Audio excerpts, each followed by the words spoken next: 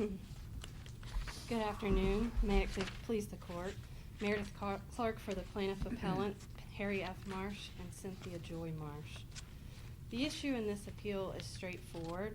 Is there sufficient evidence to create a genuine issue of material fact as to whether Mr. Marsh was exposed to asbestos on the shipowner's vessels, such that his exposure to asbestos was a cause, however slight, of Mr. Marsh's mesothelioma?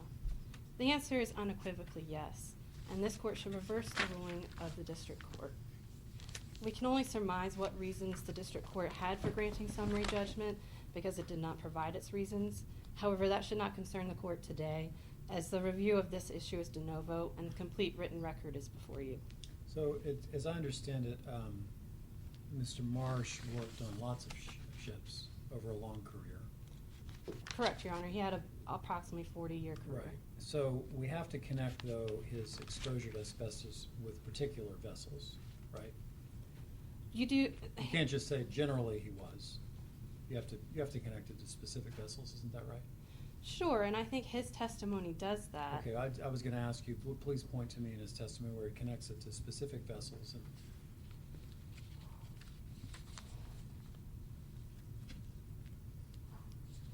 So there's 4 defendants that are at issue in this appeal. The first defendant, Farrell on behalf of American Export Lines, he served on 4 different vessels for that defendant. He testified in he presented testimony as to what his job duties were for each position for that defendant. As a wiper, he was responsible for sweeping and cleaning up asbestos-torn gaskets, torn-up packing, blankets, and loose packing. And at that time, these products were made out of asbestos. As a junior engineer, Mr. Where is that in the record? That is a couple of different places. Record at 13110 through 13111. Okay, thank you. As a junior engineer, Mr. Marsh testified that he was in the engine room mostly and was responsible for assisting the fireman or the engineer. He specifically recalled serving as a junior engineer aboard the Berry Victory. That's at record 13124. He contended he was exposed to asbestos specifically on the Berry Victory, quote, because all those pipes and everything were covered with asbestos, end quote.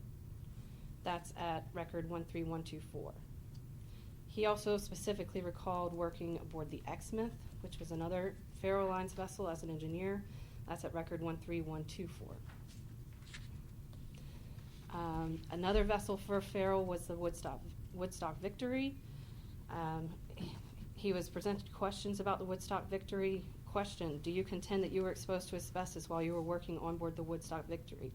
Answer, if there was asbestos in the engine room, I was around it, I guess. Question. Well, that's, okay, sorry, keep going. Do you know specifically whether the material that was in the engine room on board the Woodstock Victory was asbestos? Answer, yes, indeedy. All had to have it. Pipes was covered and everything else, and blankets around here and there, end quote. That's at record 15772.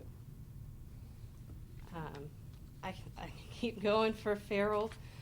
Again, for the Greeley Victory, he was asked similar questions about whether he contended he was exposed to asbestos.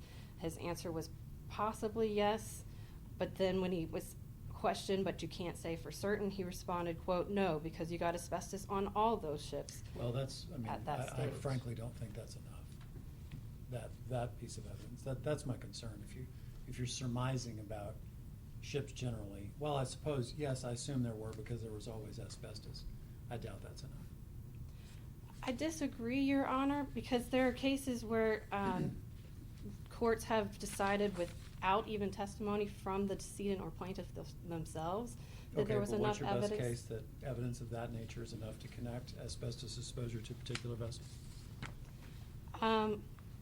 For example, in Casey v. AC Product Liability Trust, it's a Eastern District of Pennsylvania case. It was the asbestos MDL decided under Judge Rebrino on August 4th, 2014. The site is 2014 U.S. District Lexus 131928. The motion for summary judgment was denied in that case because in that case all the plaintiff presented was a sworn statement, And in that sworn statement, it presented a list of vessels, similar to how we presented the dates and service times of Mr. Marsh in this case. And then on the next page, it had questions where he stated that on all of those vessels, on the prior page, he was exposed in these areas of the vessels, and he was exposed to Okay, these. so is that your best case? That's the best case I have in front of me right now, Your Honor. But I think what's also important to point out is the featherweight causation standard here, and allows a seaman to survive summary judgment by presenting even the slightest proofs of causation. And that's, again, out of the Eastern District of Pennsylvania from Sloan v. United States. But don't you need medical? You have general causation. Asbestos, you probably find any number of experts and government publications, probably a stipulation that asbestos causes mesothelioma or asbestosis or various ailments. Certainly, it's a signature disease. And then we have a fact, or a set of facts, which you've just recited, of the times he was on a vessel or in proximity to asbestos. But what we don't have is some testimony or some expert reported, in particular medical testimony, that proves, or at least tries to meet the burden of proving causation, that this particular exposure to asbestos over this interval on this vessel caused or substantially contributed to, and I'm not trying to use the buzzwords, whatever the standard, actually caused harm to the plaintiff. Where do we have that in the record? Well, I think legal causation and medical causation are going to be slightly different standards. And under medical, we do have, plaintiff has 4 experts in this case, one of which is a pathologist physician, Dr. Richard Creighton. And Dr. Richard Creighton reviewed the testimony of Mr. Marsh. And he also reviewed the medical records. He reviewed slides, the vessel service history, his discharges, and Ms. Cook's report, who was a marine safety expert on behalf of plaintiff. And he states in his opinion, to a reasonable degree of medical probability, that his malignant mesothelioma was caused by his cumulative exposures to asbestos, as outlined in his deposition testimony and summarized in this report. So we do have a medical causation How is that expert. connected to asbestos on any particular vessel, what you just read? Is it cumulative? So. Well, that's what I was trying to state, is that medical causation, there's no case law that I'm aware of that requires an expert to draw that exact distinction. That's the doctor looks at whether the plaintiff was exposed to asbestos and has a background exposure high enough to then cause mesothelioma. It's not necessarily Are there any cases that, it sounds like you're almost arguing res ipsa, that if I worked on a vessel in proximity to asbestos, whether it was coating pipes or was inside walls or what have you, I need to prove nothing further. That in and of itself proves that it caused my illness or substantially contributed to the illness. Is there any case that would use that type of terminology? Your Honor, I'm blanking on which case it was, but there is a case that actually equates the slight causation standard under the Jones Act as essentially res ipsa. And I'm trying to look for that, but if I find it in my notes, I'll let you know. But we did cite a case on that note.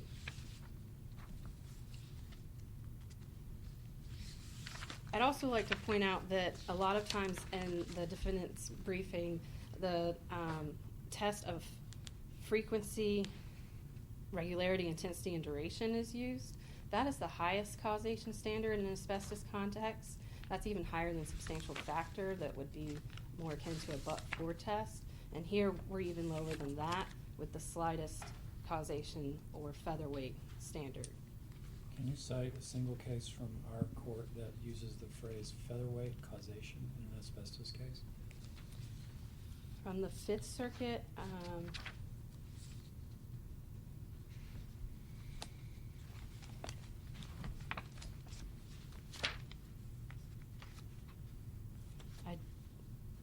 I don't know that I have a Fifth Circuit case in front of me, Your Honor, that has reviewed the Jones Act standard and uses the featherweight.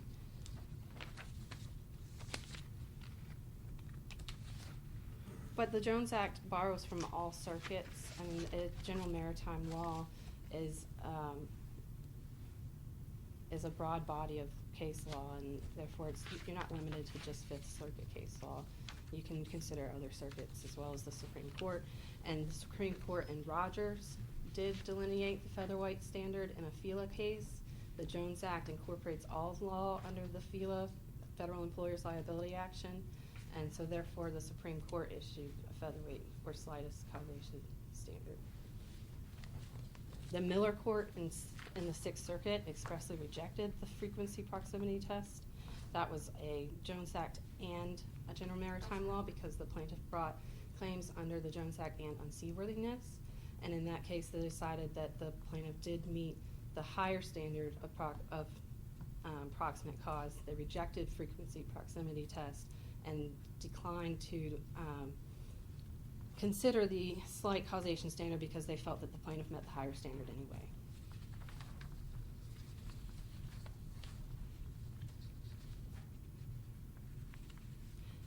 I'd like to, with a little bit of my remaining time, also go to the issue of our experts. The underlying motion was a motion for summary judgment and or motion to exclude plaintiff's experts. It doesn't identify any expert by name. It also does not identify any opinion, a specific opinion of any expert by name. And in fact, I believe on the underlying papers there was approximately a page spent on excluding all four of plaintiff's experts in the alternative. The way that the district court's minute entry was entered, it states that the defendant's motion for summary judgment and or motion to exclude plaintiff's experts is granted. So again, we don't know if the district court based their ruling on an exclusion of plaintiff's experts.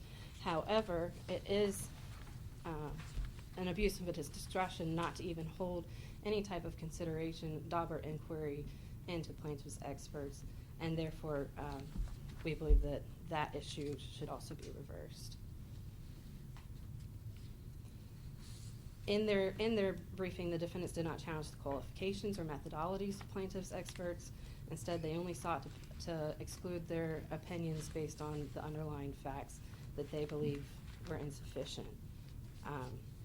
I'd also like to bring your attention to the navigation inspection circulars that are relied upon by plaintiff's experts. Marjorie Cook, who is a marine safety expert, she's also a former merchant marine herself. Her experience is in serving aboard vessels. And then plaintiff's expert Troy Corbin, who's a marine chemist. They both rely on the navigation inspection circular of May 1980, which is historical evidence and states, quote, asbestos-containing materials is believed to have been installed on all types of vessels. That's at record 13025. So that I have here in the record that circular also says, quote, the amount and type of asbestos can vary from very little to significant amounts. I'm not sure where on the record that. 13023. And my point being, of course, is that, yeah, sure, I can see some evidence that there is asbestos on all the ships, but the amount is, what if it's an insignificant amount? Well, Your Honor, as recognized by Miller in the Sixth Circuit, mesothelioma can arise from a relatively brief exposure to asbestos, and these were essentially floating power plants. Even Mr. Marsh specifically worked in the engine room, so he does have a significant amount of exposure to all of the asbestos contained in the engine room. However, it doesn't stay within the engine room. Doors open, employee ship. In your view, are you arguing that no matter what amount of asbestos is on any particular vessel, even if it is a very small, insignificant amount, that is sufficient evidence to find causation? Your Honor, at the time that Mr. Marsh was serving on these vessels, I think it would be hard to find a vessel that had a very tiny, insignificant amount of asbestos on the vessel. Well, your own evidence says the amount and type can vary from very little to significant amounts. But also, the same navigation circular states, well, actually, it was number 687, states that ships were constructed between Ships that were constructed between 1940 and 1975 used substantial amounts of asbestos. So the later circular that came out after that one clarified that what they thought was even worse than it was. And all 7 of these vessels at issue in this appeal were constructed prior to 1975. I see my time is up, so I'll reserve. You've reserved your rebuttal time. Yes, sir. All right. We'll hear from Mr. Lee.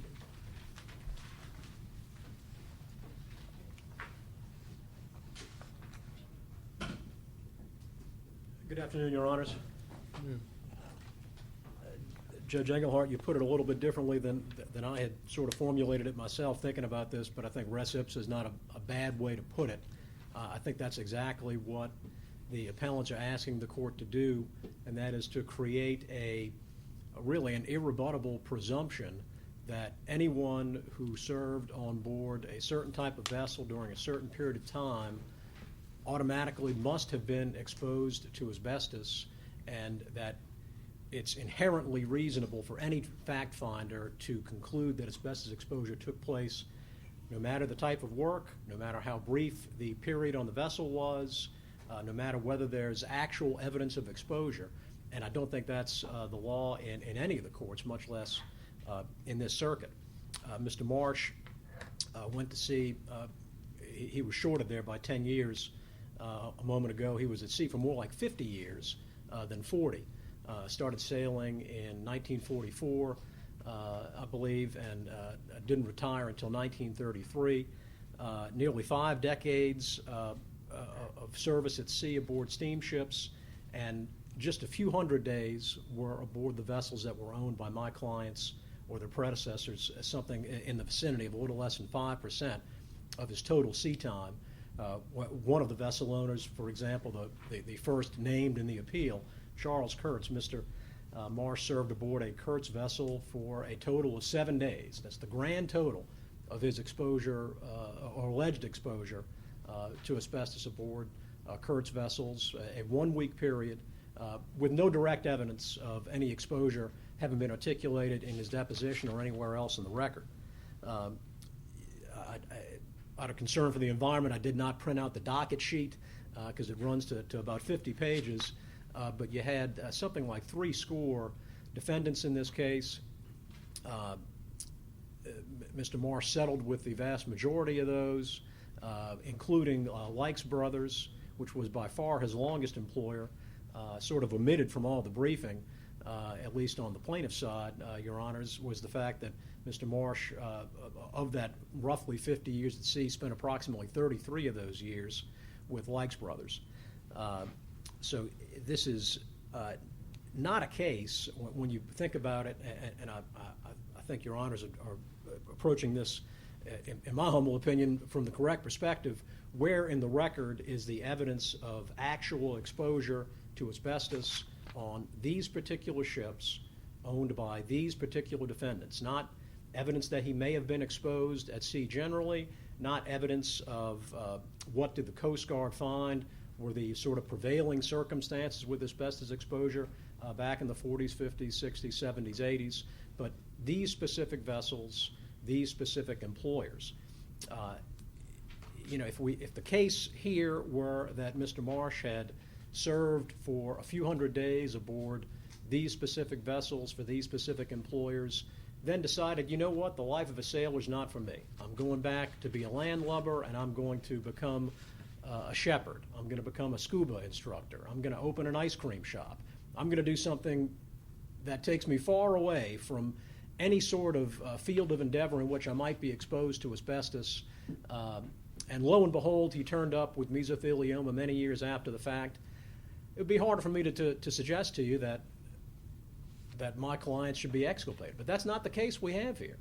Again, it's an incredibly small percentage of his service at sea that was spent aboard these particular vessels owned by these particular employers, and there's a complete lack of evidence of direct exposure to asbestos on Mr. Marsh's part on board any of those vessels, and I think, humbly, that's why the district court granted summary judgment.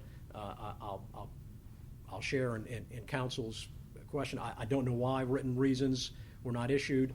I don't know that it really makes any difference to this court. Judge Guidry could have written an incredibly lyrical, almost poetic discussion that brings in the Code of Hammurabi and Planiol and every other sort of source you can imagine. And I don't think it would change the standard of review for your honors here. It would still be de novo. Counsel, do you have any reaction to, any specific reaction to the particular record evidence that the appellant pointed to? I do, Your Honor, and I think we've been through, in the briefs, really all of this. I can say, generally speaking, to answer your question, Judge Duncan, I think if you look at pages 4 through 9 of our brief, we cited, I believe, everything that Mr. Marsh had to say in his depositions about his service on these particular vessels. Ms. Clark pointed to testimony at 13124, if I can get back to it, about the Bar Victory and the Exmouth. Well, I don't think that was actually, let's see.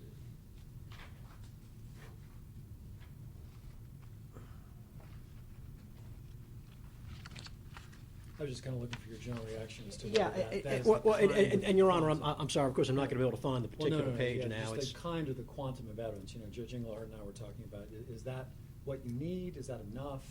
We're talking about this featherweight. Well, Judge, I'll take that in two parts. First, I think the answer is clearly it's not enough evidence. The evidence that counsel's pointing to about Mr. Marsh's description of his, and one of the jobs she mentioned particularly was his job of wiper, sort of a gopher in the engine room. And I think if you go and read the particular citation, I had it at the table a moment ago, that's his description of what the wiper job entails generally, sort of the general duties of the wiper. I think as you dig deeper into the testimony, the tasks that are described are not, Mr. Marsh is candid, are not tasks that are described or performed every day on every single vessel. So, you know, an effort was made in the testimony to drill down to, can you remember what you did on, for example, the Tullahoma owned by Charles Kurz? And the answer invariably comes back, no, I can't particularly remember what I did on that vessel. Can you remember any particular activity you engaged in on that particular vessel that exposed you to asbestos? No, I can't remember. There's a great deal of, well, probably, I guess.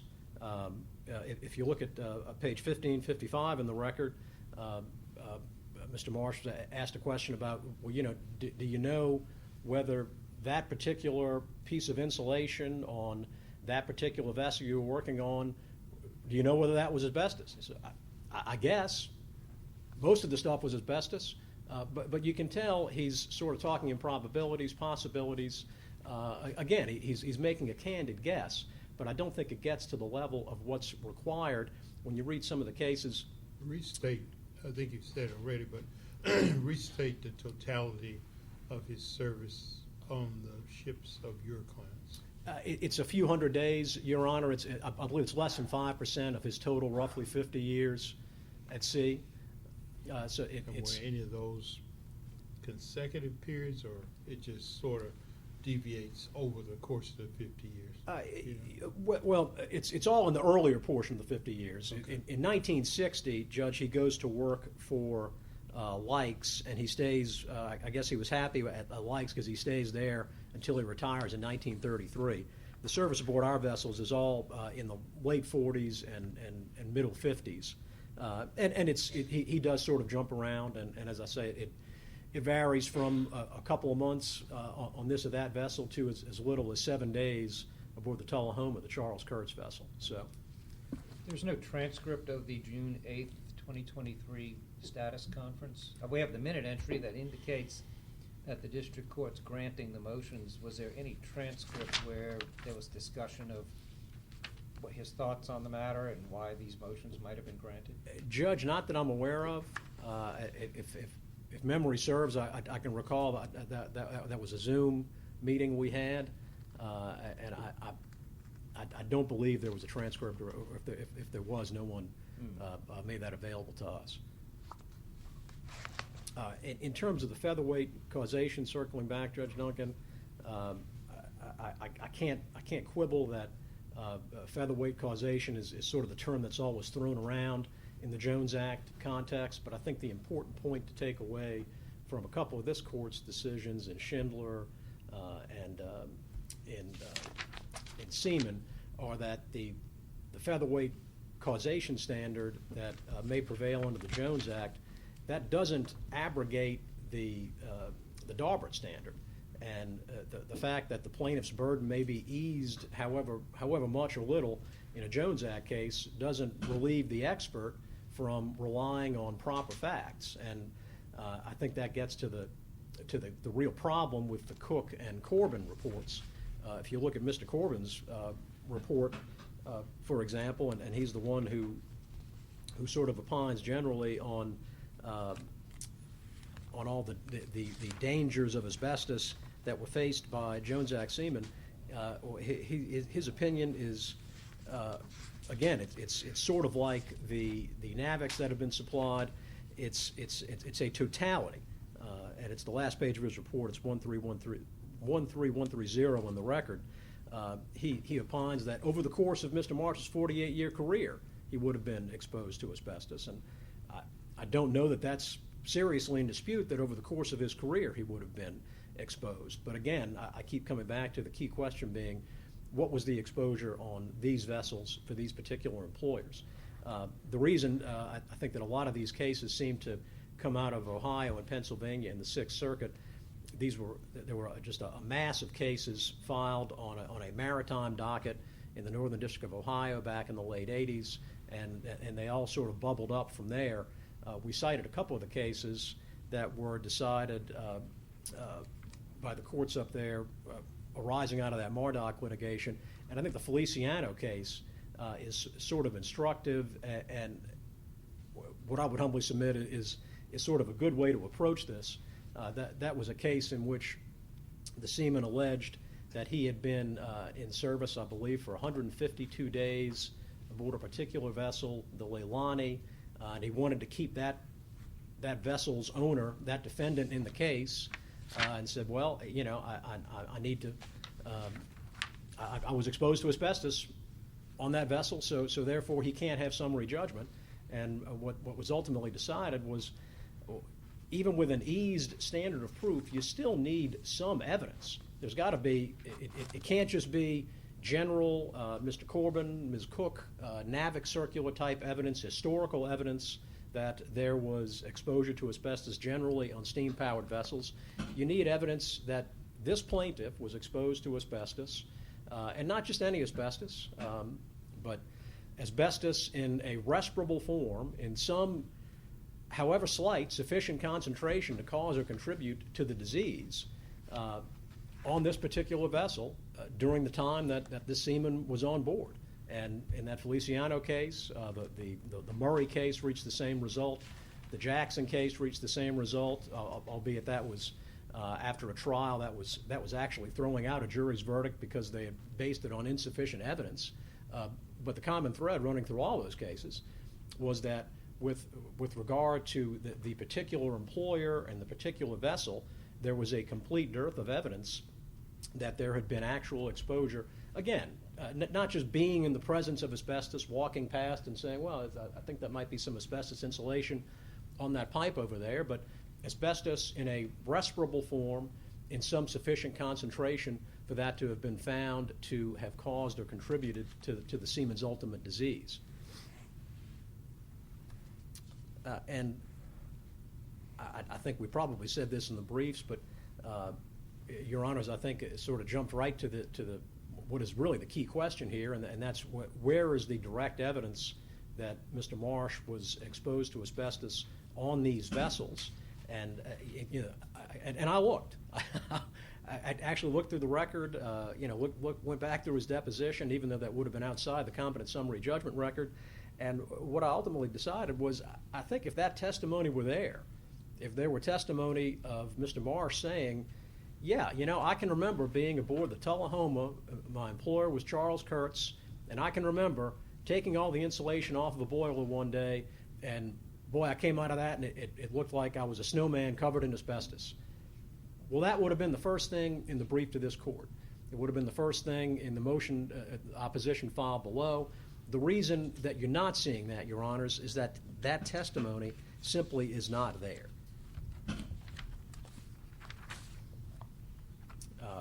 Again, if I sound like I'm repeating myself, I suppose I am. But if you look to our brief at pages 4 through 9, everything cited to the record, I think we've marshaled there all of the testimony from Mr. Marsh, from his depositions, that discusses in particular what his actual recollection is of his service aboard the vessels owned by the defendants we represent, and there's simply nothing there. The Tullahoma, he had no specific recollection of serving aboard that vessel. That's 11366 to 11367 in the record. The bulk lube owned by National Bulk Carriers, didn't really remember that one. That was 11352 and 11353 in the record. He served aboard the Quirigua, a Chiquita vessel. He was asked about that. This is pages 11359, 11360 in the record. He had no specific recollection of any activity leading or potentially leading to asbestos exposure while he served aboard that vessel. Talking more generally about the Farrell Lines vessels at pages 11363 to 11365 in the record, he just recalled that he worked on the ships. It was pointed out by counsel that he had some recollection of working on one of those vessels, the Barre Victory. He does describe at some point in his testimony that he recalls having done something with asbestos on a ship whose name he could not recall, but I know it was a Victory ship.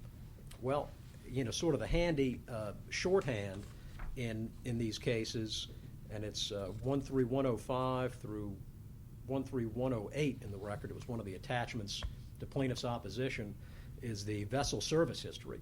And these are documents that were very meticulously compiled by plaintiff's counsel over the years, in which they computed down to the day which boats these men were on, exactly when they got on, exactly when they got off, and how many days.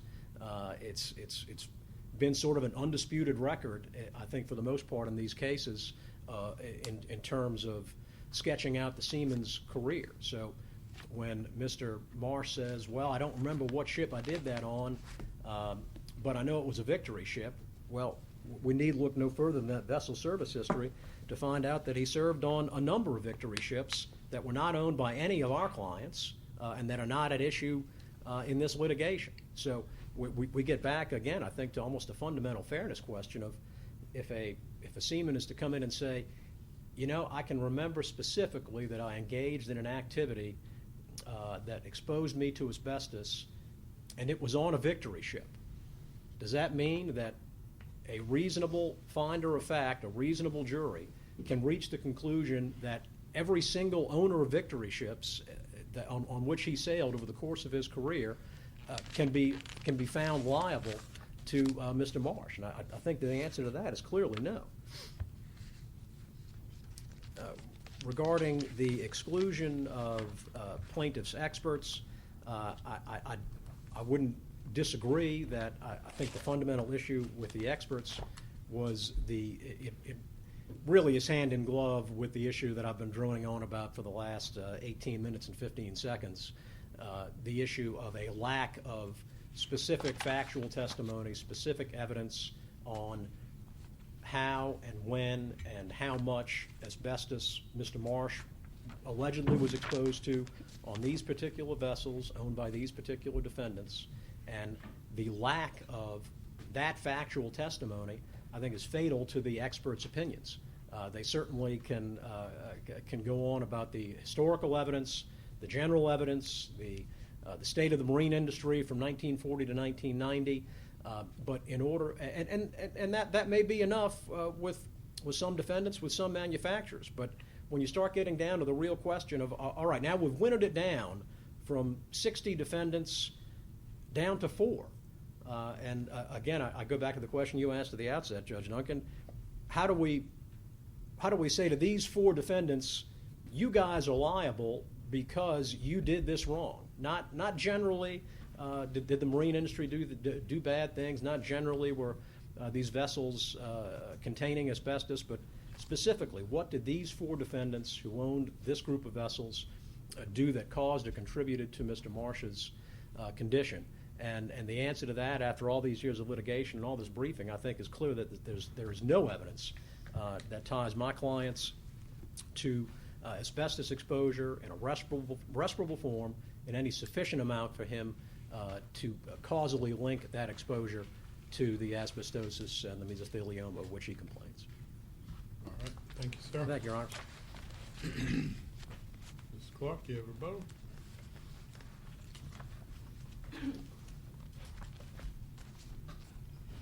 Thank you, Your Honors. I'd like to start with some of the case law cited by my opponent, and just to distinguish it here quickly. The Feliciano case, the only evidence submitted in that case was a declaration by a coworker. There was no testimony by the plaintiff or the plaintiff's decedent in that case. It's not even clear from the opinion whether there was any expert evidence, and the plaintiff isn't referenced in the statement in any form or fashion.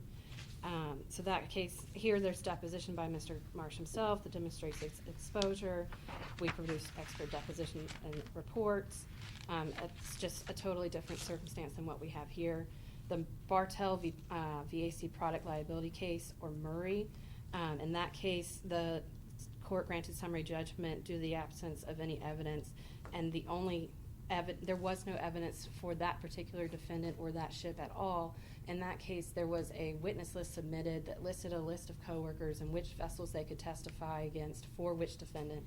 None of those vessels listed or defendants were the defendant or vessel at issue at the time of summary judgment. Also in Jackson, that was under a higher standard since, as counsel mentioned, it was after a 6-day jury trial.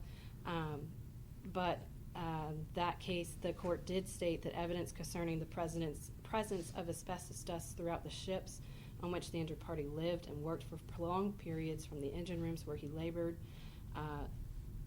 was sufficient type evidence to survive a request for a new verdict. Again, moving on to Mr. Marsh's testimony, counsel also pointed out times when defense counsel during his deposition would ask him, do you have a specific recollection on the Tullahoma of working with an asbestos product, ripping out the insulation or the packing, and he would say, I can't recall. This was, his deposition was taken in the early 2010s, and so there was approximately, there was decades of time that had passed since he had served on these vessels. But after, at the point of redirect, he was asked, you spent 3 hours today listening to questions about specific recollections, didn't you? He answered yes, and you tried to answer those honestly, yes. Quote, but does that change any of your initial testimony about asbestos exposure? Answer, no indeedy. That's at the record at 15782. He also specifically testified, quote, I believe with all my seagoing career that I was exposed to asbestos in all these vessels that I've been served on. That's on record 15784. All of his testimony at least creates a question of material fact that should be submitted to a jury. What else did I have?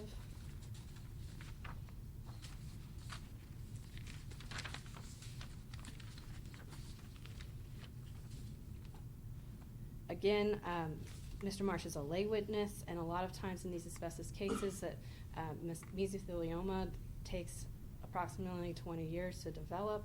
So a lot of times the lay witnesses don't have that knowledge fresh in their hand on what they worked with on one particular day, and you rely on expert testimony.